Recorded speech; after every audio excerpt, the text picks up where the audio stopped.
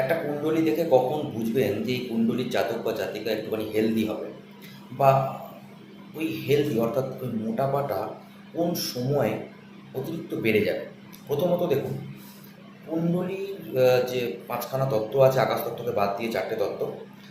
জল তত্ত্ব হচ্ছে আহ, যে কোনো জিনিসকে একটু বাড়িয়ে দেয়, ফুলিয়ে দেয়। যে কোনো পদার্থের মধ্যে জল ঢুকে গেলে সেটা ফুলে যায়, আমরা জানি। এবং তার সাথে সাথে পৃথ্বীতত্ত্ব, এই দুটো তত্ত্ব। পৃথ্বীতত্ত্ব মানে ভারী, কোনো ভারী বস্তু, আর জলতত্ত্ব মানে সেটা ফুলে যাওয়া। তাই জলতত্ত্ব আর পৃথ্বীতত্ত্বের লগ্ন হতে হবে।